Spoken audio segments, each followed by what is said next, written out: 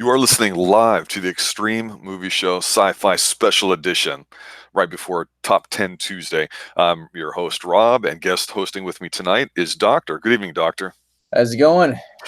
It's going, sir. Tonight's movie is Pandorum, starring Dennis Quaid as a major character in it, and one young Ben Foster. This movie's from 2009, and allegedly it's a sci-fi horror one. Jay's joining us at channel. Good evening, sir. This movie says these people sure all drank whiskey and got along, but yeah, I don't know. Underworld Dream, good evening. I see you're in channel as well. So, Pandorum. I believe if they were drinking anything, it'd be a blood whiskey. This movie you've never seen before. You're in for a treat because it's a little long. I admit it. It's an hour and 48 minutes. Which is longer than your typical horror movie. Okay, but I think it's psychological too. So, what made you go, damn it, Rob, we've got to cover this movie on the Xtreme Sci-Fi Show? Tell me why. We were talking, we're into the Lovecraft for as themes here, and you were talking about science fiction movies. And this is the one that popped in my head right here because I remember Dennis Quaid did this movie because we recently, a couple more weeks ago, you guys reviewed, was it Neighbor? Or no, the Dennis Quaid one. The Dennis Quaid one. So then I thought he was, and I remembered he was in another movie similar to that where he was kind of, I want to crazy almost like Mm-hmm. And this was it. This is the one I was thinking of because I own this movie. I bought it on DVD like the year it came out. And despite the bad reviews that the movie got, there's actually a cult following behind it too.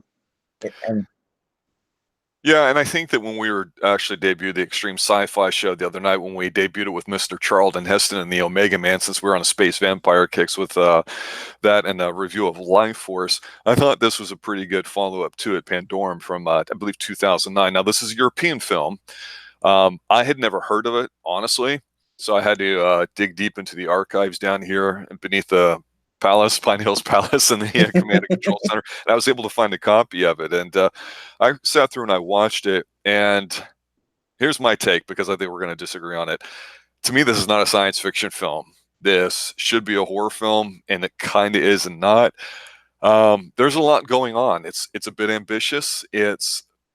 It's actually quite good to look at. And my first note on it, just talking about the opening sequence, is that when you see the ship and zoom in, you're like, wow, these effects are special. They're showing you something that, I wasn't necessarily expecting. It looked big budget, but I just wrote down Millennium Falcon is a bitch because this ship is massive. And you find out basically, womp, womp, womp, as we like to say. It's a vehicle where, as the story goes on, Earth's overpopulated, whining, crying. Man is bad. So let's just take a group of a bunch of people, put them in hypersleep towards an Earth type planet, so we can repopulate. Same old. Been there, done that 50 million times. Heston did it better. But I gotta say, I think the opening part really hooked me, especially the guy coming out and shedding the skin. But the rest of the movie, because they tried doing so many things that went all these different directions, if they had just left it alone as to be kind of like more of a high, science fiction kind of, maybe going crazy film, I think I would have liked it better. That being said, there is a lot going on about it. So what did you think about it? Well, when I thought of this movie, years, I think it was either a couple of years after this, they came out with a video game called Dead Space. Yes. Yes, and this was kind of remind me of something like that, where you're trapped in a ship, you don't know what's going on because the amnesia is a bitch if you have it, I've never personally had it. I don't want to have it, or maybe I don't remember having it. But I mean, this movie, it grips you. I mean, you said when you wake up, you're alone. The power comes on. It's super bright lights. You've been in hypersleep for how long. You have no memory. And the only memory you have is like a barcode tattooed on your wrist. And then even when you finally get out of this locked room, you come across these creatures. And your first thing is like, we've been boarded. So I mean, I was literally, you could swing away and maybe take down a couple of these if you're lucky. But as you get deeper into the ship, this guy Ben Foster, he learns that there's more, and there's more, and it's like at the point where he has to hide because these things track him by sound. Yeah, I think for the whole cannibal angle that's going on the ship, I wrote down multicultural, ethnic, global ethnic descent on the Falcon. You know, because it's like the movie The Descent on the Millennium Falcon. But for me, when it started off, you know, they spend several minutes showing this guy coming, like you said, out of hypersleep. He's got kind of like this bio screen on him that he's peeling off, and he's choking and he's gagging, and you're like, hey, this is done pretty well. And to your point, it's quiet, you don't know what's going on, it's dark. Dennis Quaid, who's like a lieutenant in there, shows up, and then you see these two guys kind of talking. And what I thought was really smart here was that having a second person where they can bounce certain things off of each other. Yes, it's convenient for Yeah. them to discuss stuff, so it sets up the arena of what can happen. Oh, you're in hypersleep, you've got, you know, short-term amnesia, it takes me a while to get here. Well, the guy Ben Foster only remembered some of the training, which he actually, you find out later, he learned that as a kid and really didn't know much else. But then you've got the lieutenant there who knew some of the actual stuff going on. And then, yeah, they introduced the cannibals and a bunch of other characters, and then a female, and it just gets kind of silly to me. And this is where I say it's not science fiction, because they went away from the whole idea of them going crazy. Or did they? Because at the end, they definitely tried to do something about it, which, you know what, let's not ruin that for the audience, but there's definitely a twist or two at the end of this. Yes, Eric Breen, 1987 is happening after this. It should be 8 o'clock stream. He just popped in, and when he told us he's getting set up for it. So we're going to be ending this in about 10:15 and then getting ready to go. So, like kicking it, this is like a hype show. So we just wanted to talk sci-fi on this particular playlist, which we're setting up. You'll see Omega Man and Life Force in it. To me, the ending was pretty interesting, because at the end, basically, the super, super, super hot chick, wasn't she in a comic movie or something? I mean, I'm not too familiar with it. She's European. This came out 2009, and 2013, a little movie that people tend to either love or really hate. Starred Henry Cavill donning Superman symbol. So then you had her come as Zod's girlfriend. I can't remember if her name's Farul. I know it's just an F, but Man of Steel. Oh, that. Yeah. Oh, I know which movie. Okay, yeah. Yeah. So yeah, she's in there. She's the short-haired, super-powered chick. You know, that basically his right-hand woman to Zod. So. Yeah, this movie is pretty interesting because, like I said, they have a lot of stuff going on. So even halfway through the movie, you might actually meet one or two characters that get introduced, as opposed to meeting everybody at the beginning. So I just thought, wow, they really tried doing a lot with this film. It's definitely worth a watch if you've got nothing else better to do, and you want something that appears to be science fiction. It's not. It's not the glossy kind of sci-fi. I always use some of the late 90s type of science fiction when we call it space opera, but it's a solid film. You could say it's got a little bit of horror, a little bit of action, a little bit of everything in there, and it's okay. What were you going to say? I was going to say, you keep saying it's not science fiction. What would have made this science fiction to you?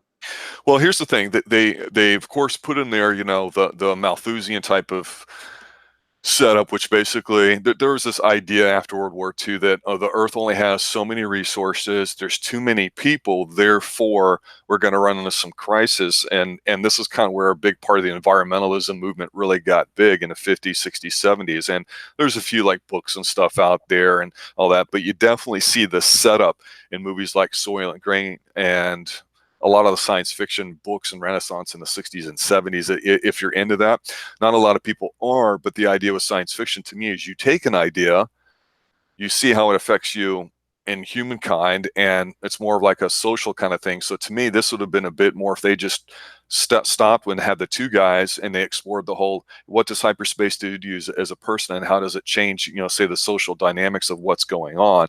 Here they just said, okay, we're going to have cannibals, we're going to have a hot chick, we're going to have a guy that doesn't speak English and has hieroglyphics, which was kind of lame sounding. However, it fits in the story, so it's not completely dumb. But yeah, so what I'm saying is they didn't explore, to me, an idea or a topic. And frankly, the main ending is they end up on this planet that they're trying to populate, and it's kind of set up for a sequel and a prequel, which they may have done or may do. I'm not sure if they have, but it reminded me a lot of Planet of the Apes, the original one. Yep. where you realize at the end of the Planet of the Apes, everything's kind of reversed. They're back on Earth, and now the apes are intelligent and the people are stupid. That was shocking how they delivered at the time. Here, you knew something was up. So it's just an excuse, and so I think people slap sci-fi on these types of movies a lot. Yeah, so there's a lot of movies that there's thrown into the sci-fi in general. Yeah, it definitely passes the Meg test, and it's definitely worth watching. And Henry Cavill, one of our Chin of the Week winners. Um, I didn't tell you the reason why I was running late today. I met Henry Cavill today, Oh, did you really? and I met Justin Bieber. Ah, Yeah. in So down here Florida. in Central Florida, I went to Madame Tussauds House of Wax Sculptures and all that, and I went through it. And these things are friggin' creepy because they're so lifelike. Because the eyes don't move, but they try to make them like height-wise. And Mrs. Bryn was saying, "Hey, he's kind of short." I'm like, "They all are. They're never that tall, you know." So I was No. like, "Yeah, it was pretty interesting." But yeah, Pandorum. Final thought, sir. This was your movie. I This liked it. I thought it was decent. What did you think? I thought. I mean, for how beautiful it was. My only regret is the fact that the girl who's in this, who plays Nadia, she could have been a big time action star after this movie, but she only did Man of Steel, and then she went back to doing dramas.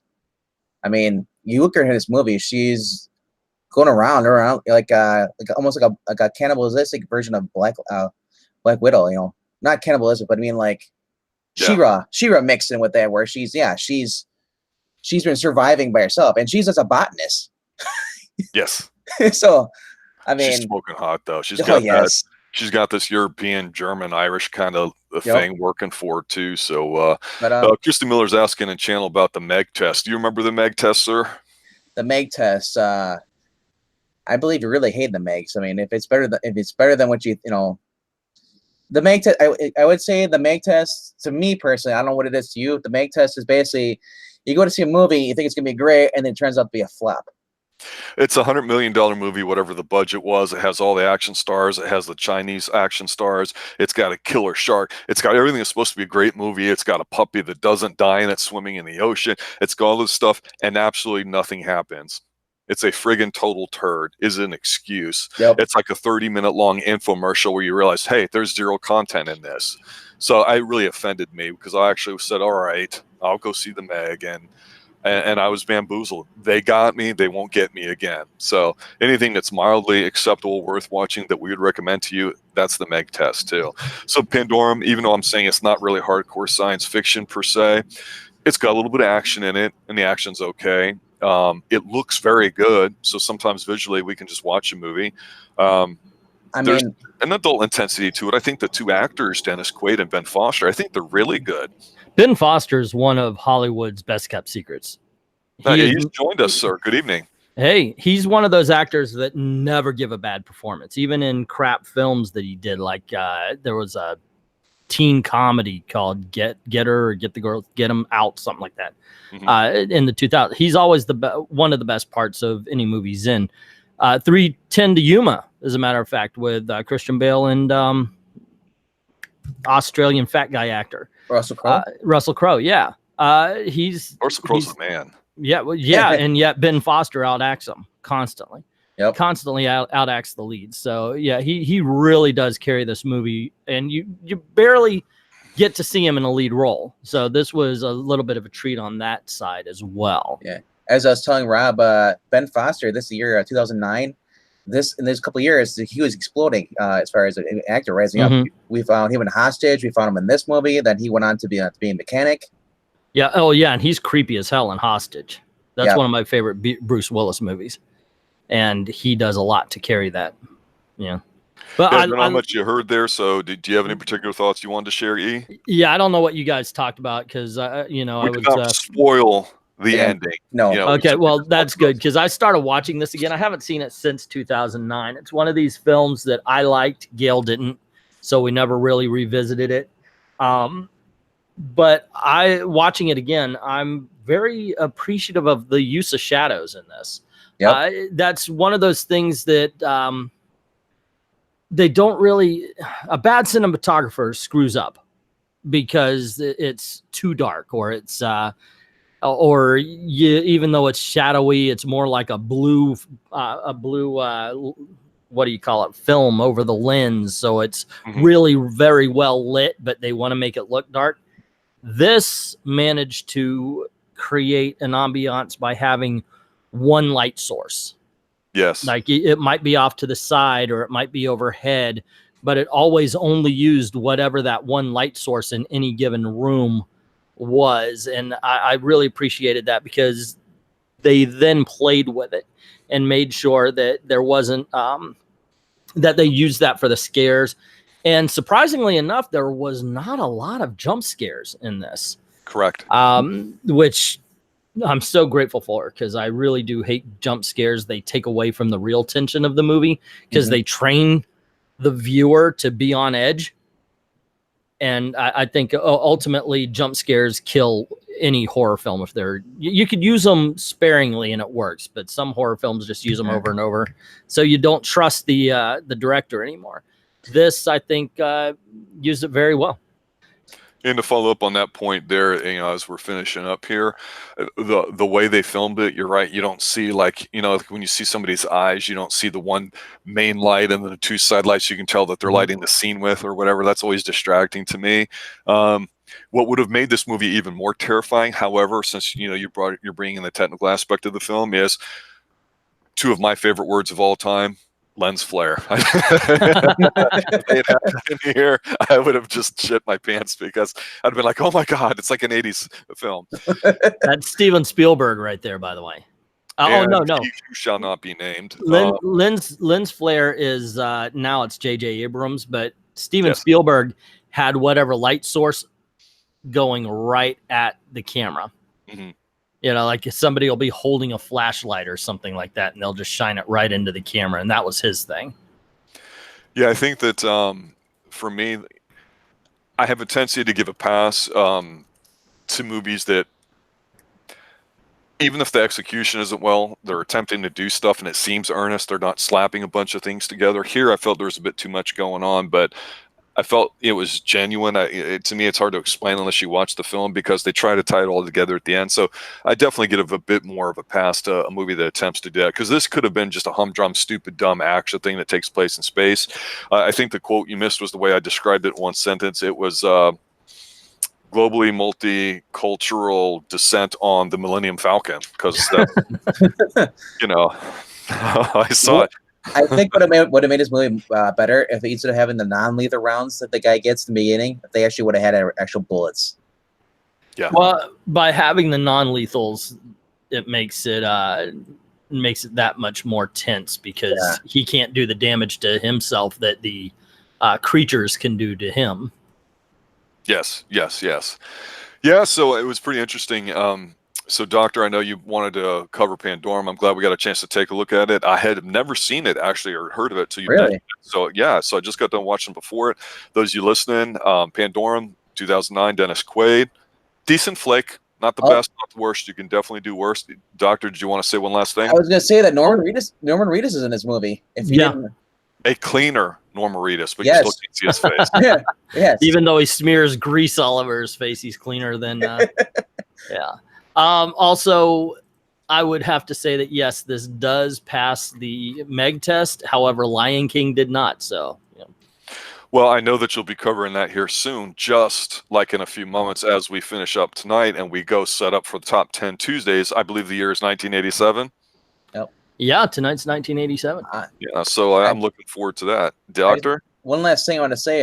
This movie, reason I like it a lot is the fact that it reminds me of the movies like Aliens, when they go into like the abandoned ships itself. You don't know where you're going to find. So, yep. Yeah, so those of you in channel, like I said, we're going to stop the stream here in a moment. We're going to get set up for the top 10. We're going to retweet that link out here shortly. Get your lists, because it's another episode of List Porn starring Englentine. List porn? Okay. The List Wars? Yeah. Part 7?